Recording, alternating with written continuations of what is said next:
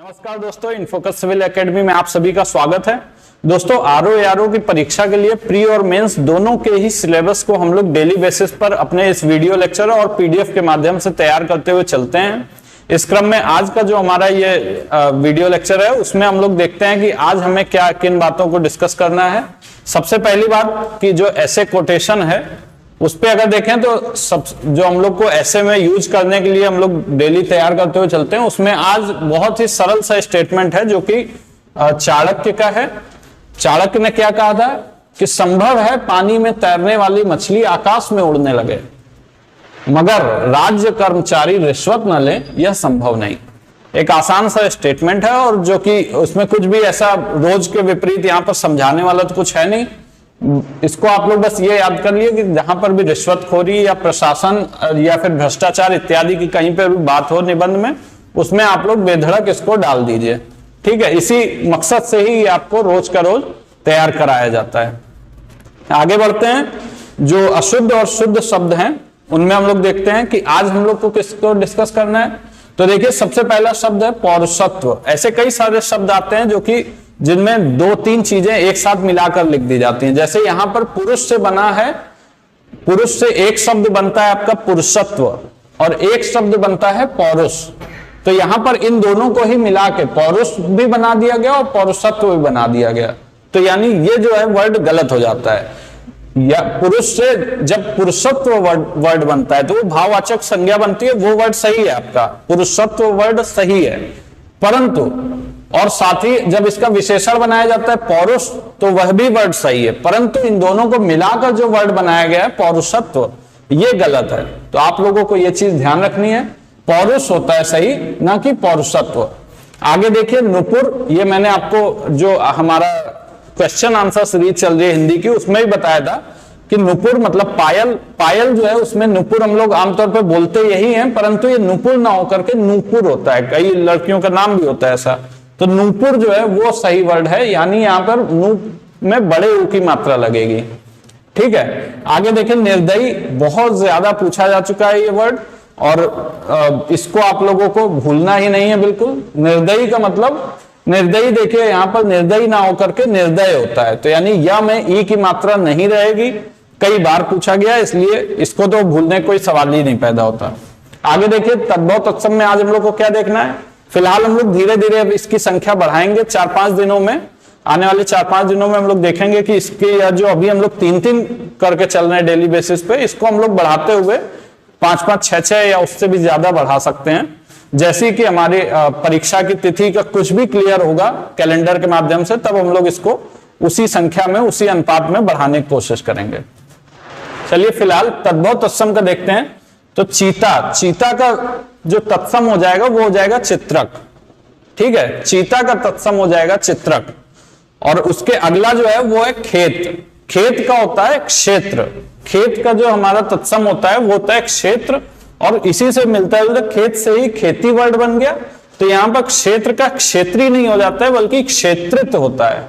तो यहां पे आपको ये ध्यान रखना है, ये क्षेत्री ना होकर के क्षेत्रित है।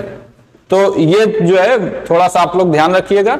इसके बाद है चोंच वर्ड। चोंच जो चिड़िया की चोंच होती है उसको दरअसल तत्सम में बोलते हैं चंचू।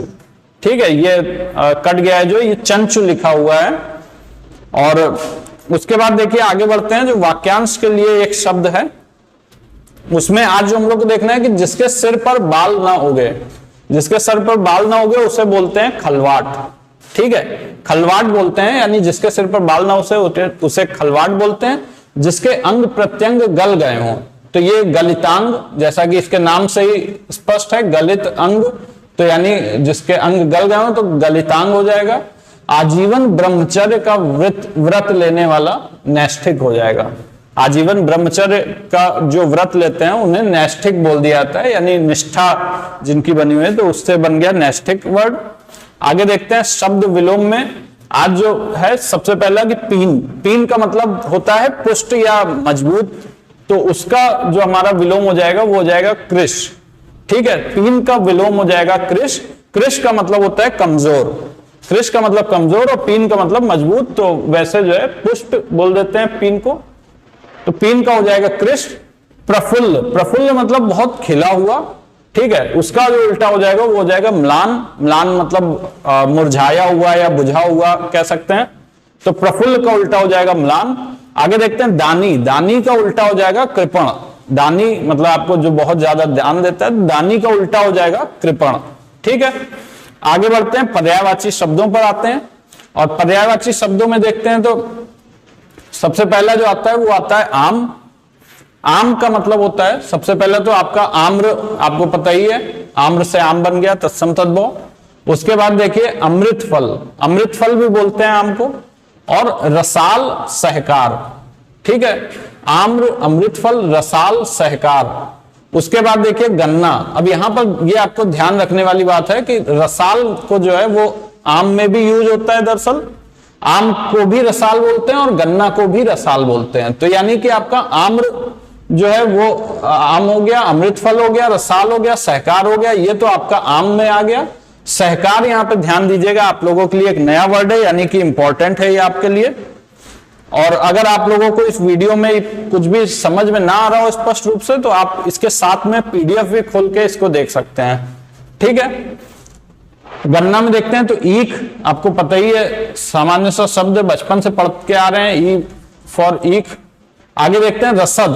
रसद जो है वो भी गन्ना को ही बोलते हैं। रसद से ही मिलता जुलता रसाल है, रसाल से ही मिलता जुलता रसदंड है, रसदंड से ही मिलता जुलता इक्षुदंड है। और एक पैड़ी। पैड़ी आपके लिए एक नया वर्ड है यहां पर। बाकी देखिए तो रसदंड और इक्षुदंड ये दोनों एक साथ याद कर लीजिए, रसद रसाल एक साथ याद कर लीजिए, ईख तो याद ही आपको। पैड़ी यहाँ पे एक नया वर्ड है जो कि आपको गन्ना के लिए प्रयुक्त होता है, ये आपको याद करने की जरूरत है। यहां पर आम में देखेंगे तो यहां पर सहकार एक नया वर्ड है जो आपको याद करना है।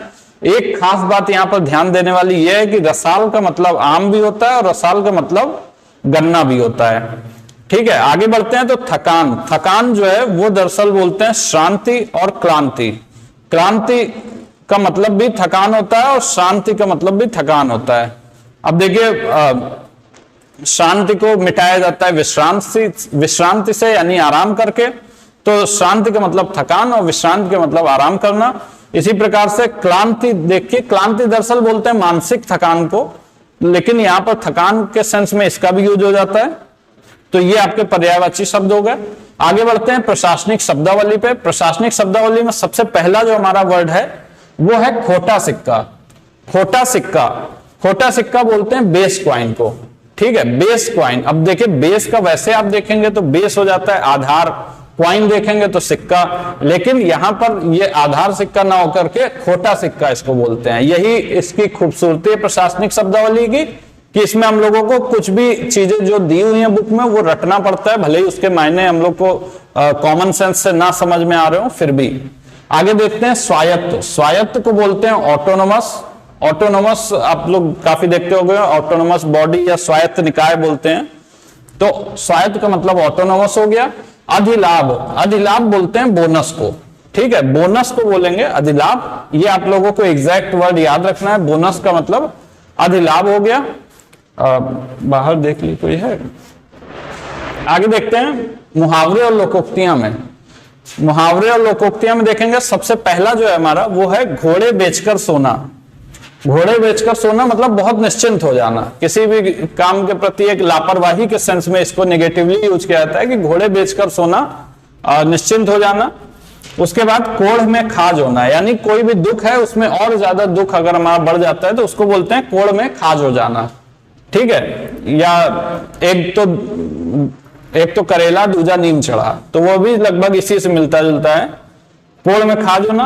आगे देखते हैं उल्टे बांस बरेली को, मतलब विपरीत काम करना। उल्टे बांस बरेली को का मतलब हो गया विपरीत काम करना। आप मान लीजिए जैसे कि आगरा गए और आगरा से आप जो है पेड़ा लेकर के और मथुरा गए, मथुरा से पेठा ला करके आगरा है, तो ये दोनों उल्टा हो गया, क्योंकि दोनों अलग अलग चीजों के लिए फेमस है। मथुरा के पेड़े फेमस है और आगरा के पेठे फेमस हैं, तो आप वहां से ना ले जाकर के बल्कि दूसरी जगह से ले जा रहे हैं। तो ये ऐसे आप समझ सकते हैं उल्टे बांस बरेली को, बरेली बांस को फेमस है बांस के लिए। तो चलिए ये हो गया आपका आज का सेशन। आगे हम लोग जल्दी अपने नए सेशन को लेकर के आएंगे। और उम्मीद है आप लोग इसे डेली बेसिस पर तैयार करते हुए चल रहे होंगे। ये बहुत महत्वपूर्ण नोट्स हैं जो कि लगभग 5 से 6 बुक्स से तैयार किए हुए हैं और इसका PDF आप लोगों को टेलीग्राम ग्रुप पर मिलता रहेगा। बहुत बहुत धन्यवाद, नमस्कार।